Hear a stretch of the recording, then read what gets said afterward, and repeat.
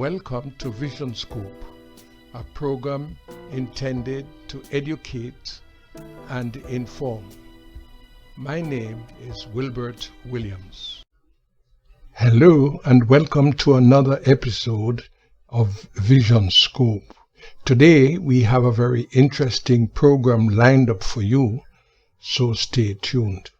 One of the things that I have noticed since the impact of COVID-19 is that a lot of people have been writing songs and poems and releasing new recordings about COVID-19. One such lady is Dorothy, and she has done a beautiful song to the popular tune Over the Rainbow. It has been going well, and so I thought that today I would share it with you and hope that you would continue to stay safe from COVID and that you will observe all the instructions given by the health authorities throughout the world. At home, self-isolation, and how I miss the shops and the bustle, people that jostle by. One day's just like the other, deja vu. I'm an extrovert pining here with nothing to do. I play far too much solitaire. Makeup, hair are useless, no one minds me. Oh, how I need some human touch. The animals have had enough. I'm going crazy. Somewhere into the future, we'll be fine, and they'll beat COVID-19. Well, it will be about time.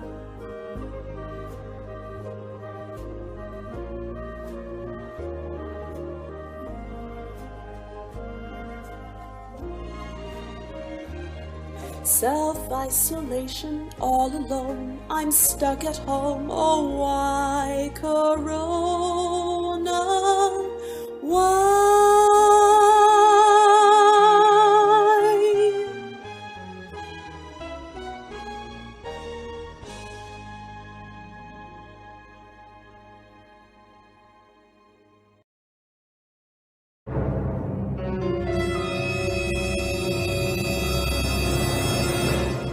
Vision, a place to listen and learn. My guest today is Diva Williams. Now, Diva is an undergraduate at the University of the West Indies, and she's also partially blind. Today we're going to talk about her experiences and everything and anything. Diva, welcome to the program. Hi, Mr. Wilbert. Hello, listeners. Thanks for having me. Let's talk about you as a person. You have a sight loss. How much sight do you have? Well, let me just say to all your listeners, please stay safe from the COVID and make yourself as comfortable as possible. I have 5% sight in my right eye and nothing, so I'm totally blind in my left eye. So in truth and in fact, you don't have a great deal of sight. Is that no, correct? In Jamaica we say half blind. that sounds like more than half to me. Yes. So, but Yes. you seem to manage quite well. You move around with the little that you have, and I believe you read some printed material. Yes, to God be the glory. Despite the little sight I have, I use it wisely, appropriate. I use it. I use the technology a lot to help me, so as not to strain the eye. Okay. How did it all start? How did you begin to lose your sight? Well, medical negligence. A famous case, 1995 case. So the doctor and the hospital were sued due to improper care of the eyes and performing medical negligence. It was just they just ignored my condition, and the nurses were saying to the doctor, check her eyes, something is wrong, and he just ignored and so said so done. The I was in the incubator, and there's a special lighting above my eyes, and the doctor didn't put the sheet like a cloth over my eyes to protect the light from seeping through. So instead of her doing that, the light just seeped through. And when the nurse brought me to my mom and said, Mr. and Mrs. Williams, we have a problem here. Tanika cannot see properly. And I fell from my mother's hand to her feet, and the nurse caught me, and she held me, and my parents were just in shock, disbelief. They just couldn't come to grips that she's not able to see. So at that time you were a baby. How Yes, old were I you? weighed 15 pounds and something ounces. I was a rat. Okay. So Yes. how old were you at that time? At that time, I was a baby, newborn, newborn. newborn baby. Okay. So, Yes. and you never regained any of that sight loss. No, and I also had respiratory problems, and my right hand, my right fingers were joined like a web. So a dermatologist had to separate the web, and so I'm able to write properly. So if you put my hands together, if you put my two hands together, you're Hmm. gonna notice my right hand is shorter than my left hand. So my Okay. right hand is my writing hand, and my left hand is my practical hand. Okay. So you're, to all intents and purposes, you are left-handed. Would you Right. would you say? So what happened after that? Where did you go to school?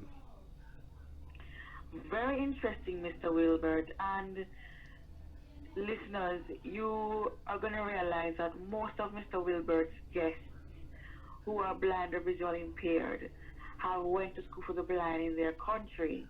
No, I did not go to school for the blind like everyone else. So I went to the daycare Mary Melodies in Pembroke Hall, Kingston, Jamaica. And when it was time for me to leave, my parents, grandparents had a meeting, and they were wondering what's next for this child. And my cousin, who is a teacher by profession, she made the letters of the alphabet out of sandpaper and the numbers so I can feel them. So I don't know Braille like everybody else. So I went to regular prep school and high school. So they accommodated me at the St. Jude's preparatory school, where they had where they had a special education unit, and I began there and went up until I reached the third grade. My parents have begun employing personal assistants. In Trinidad, they call it shadows. So that person would assist me to read and write, assist me with assignments and all those stuff. So that person Until I was reached with you until I at reached the school sixth all grade. day. Yes, sir, from 7:30 a.m. to 5 p.m. How did you manage when you got up to the exam forms where you had to do examinations? What was that like? Good question, sir. So when I reached the sixth grade, I did the GSAT, the Hmm. Grade 6 Achievement Test, where the Ministry of Education sent someone to read and write for me for the exams because to promote fairness, they wouldn't want my personal assistant to, assist me in that regard, to promote fairness. So that is where I met Dr. Hicksfeld Douglas, to assist me in everyday life and counseling and all that stuff. And I passed for the Arden High School in Kingston, Jamaica. So from there on, Arden Arden had a physically handicapped person. A Okay. physically challenged person, I beg your pardon, physically challenged But person. no blind persons. Not a visual person, not a visual challenged person. So my parents and I went in to speak to Mrs. Esther Tyson, who was a former principal, and she was very willing slash accommodating to let me be in the school system. So Dr. Hicksford Douglas came along to sensitize the teachers that we'll be having a visual challenge student now, and the protocols and workshops were put in place to assist me. And it was a wonderful feeling. I was student council representative in grade 7.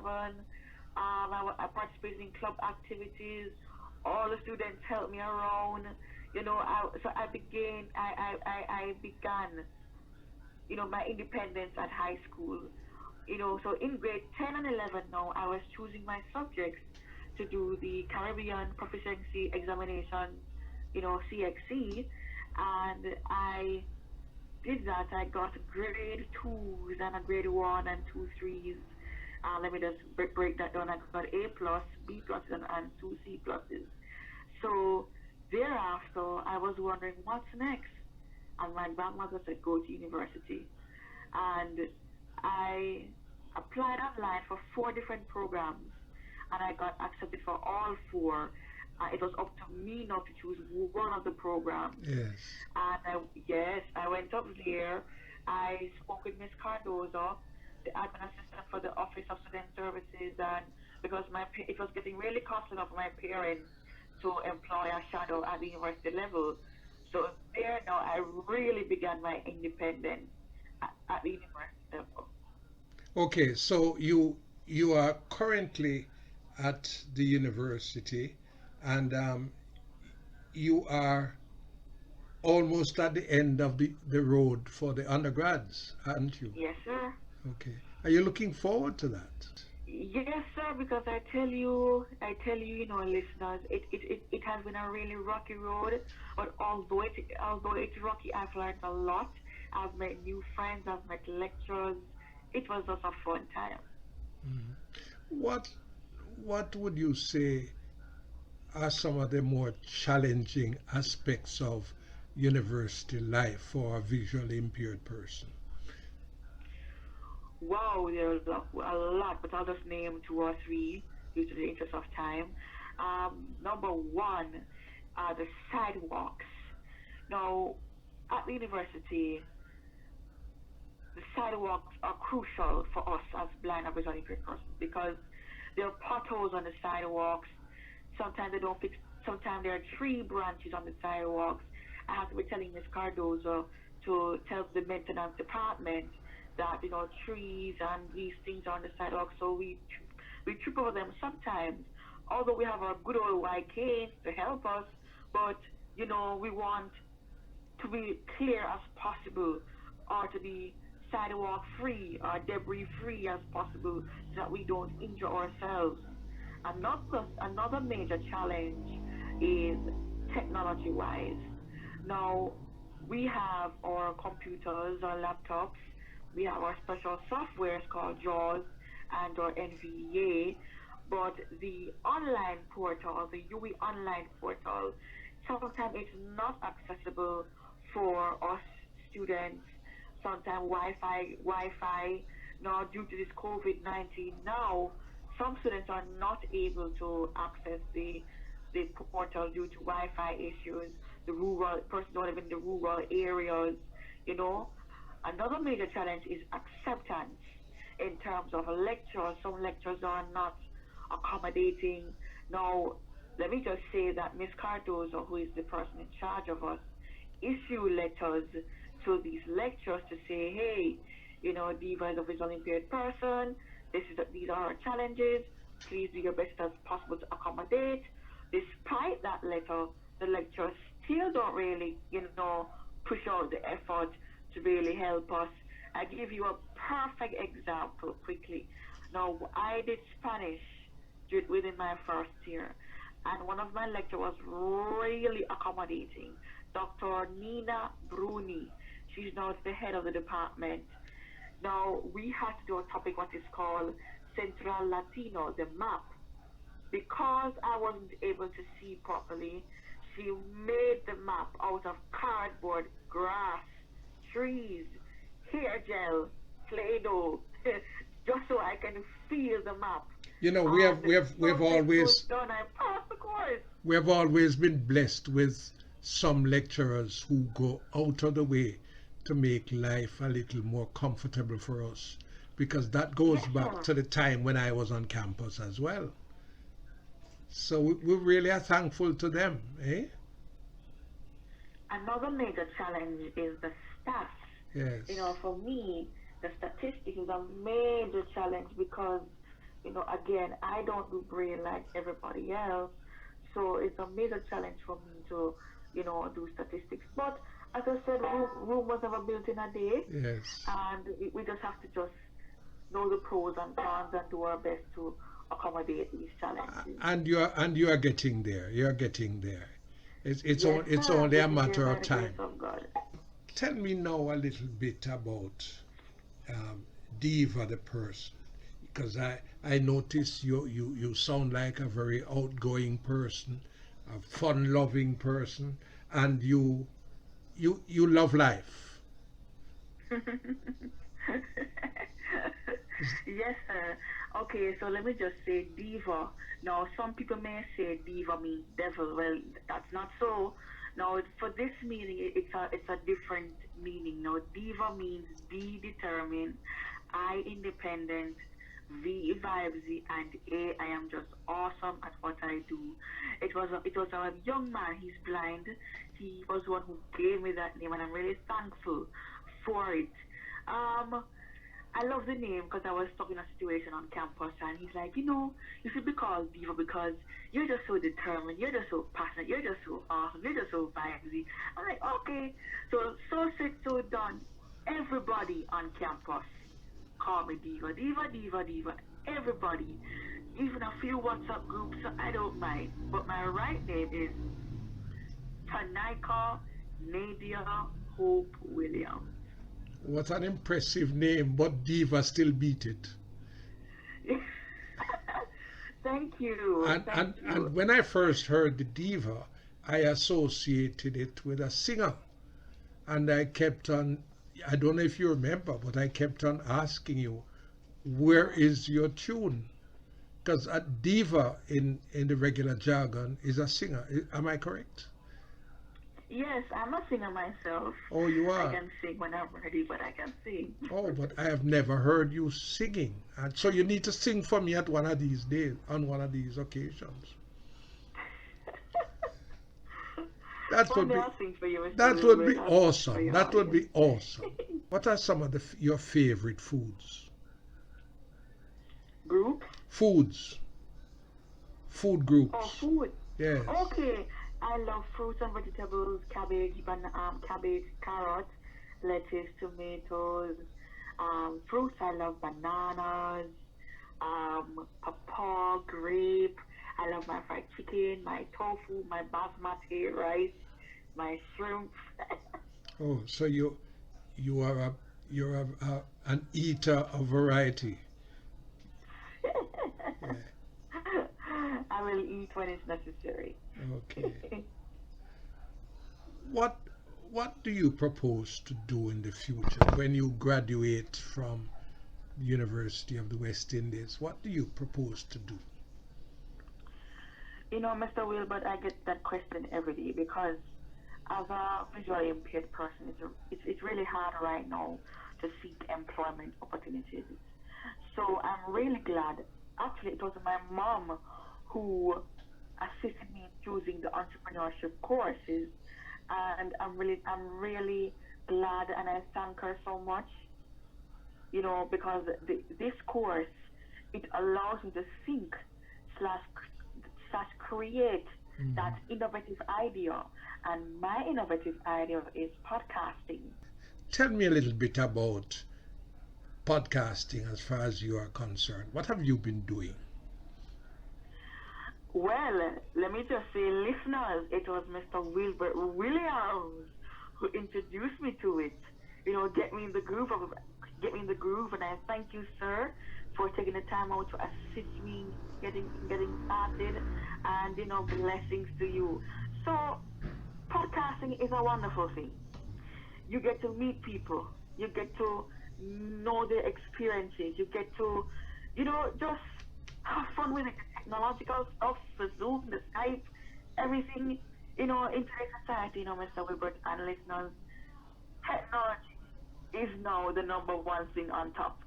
Back in the days, tape recorders, cassettes, those were in, but now Zoom, Skype, smart recorders, so it's just fun. So I've met a lot of people, and I thank my fans, my friends, Miss Amy Bover, Miss Gina Fellas, Mr. Maxwell Ivy. I thank everybody for listening, and I thank my studio engineers, Mr. Damian Rose, Mr. Sidney Thorpe, for putting the shows together as best as they can. Where can your podcasts be heard? So it's called Kulcharama with Diva. That's Kulcharama with Diva, Diva. It can be found on Apple, Anchor FM, Spotify, Google Cast, Overcast, Spotify, Podcatcher. It's also on CCV Radio in Trinidad and Tobago, 8 p.m.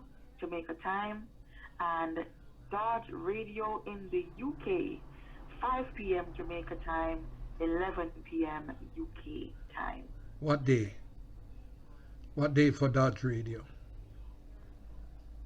Pardon? What day for Dodge Radio? Okay, my apologies. For Dodge Radio, it's Tuesdays, and on CCV Radio in Trinidad, it's Thursdays.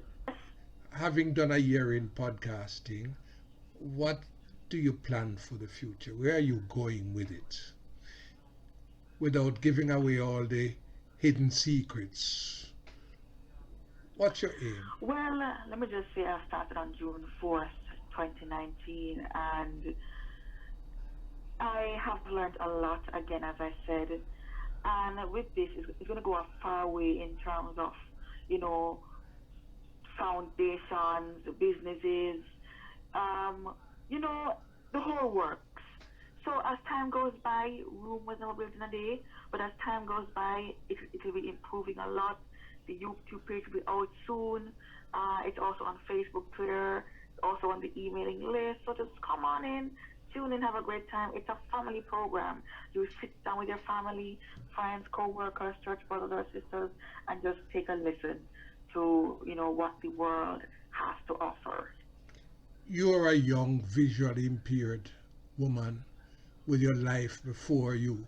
What would you say is the major issue confronting blind persons in Jamaica today? Wow, that's quite a lot. But again, I'll just mention two due to the interest of time. All right. So the first main issue is technology/opportunities in terms of, the independency, the ATMs, the technology, the grants, to help ourselves, and another major issue is acceptance, in that persons in the employment or our own family, they just don't accept us for who we are. Sometimes they tend to doubt us for who we are and for what we have to offer. So I say to you, employees, please just accept us for who we are. Give us a chance. Even the school systems, we want to be able to make a difference. And I thank the university, the Lions Club, Senator Dr. Floyd Morris, all the stakeholders who assisted in building up the office of student services into a reality so we can come out on top. We can be able to contribute to society and the world at large. Are you afraid of the future? No, I'm not. No, I'm not, because there are plenty of blind or visually impaired persons out there who have started the sensitization process. And as a result of that, Mr. Wilbert and listeners, people are slowly but surely getting used to what we have, and they're accepting us for what we have and from what we can do. Diva, thank you very much for granting me this interview. I really enjoyed talking with you, and I wish you all the best for the future. Thank you, Mr. Wilbert. Thank you, listeners. Thank you, everybody. Remember, simplicity is just the best thing. That's it for today. Join me next time when we'll present another in the series Vision Scope. Music was provided by Rennie Williams Jr.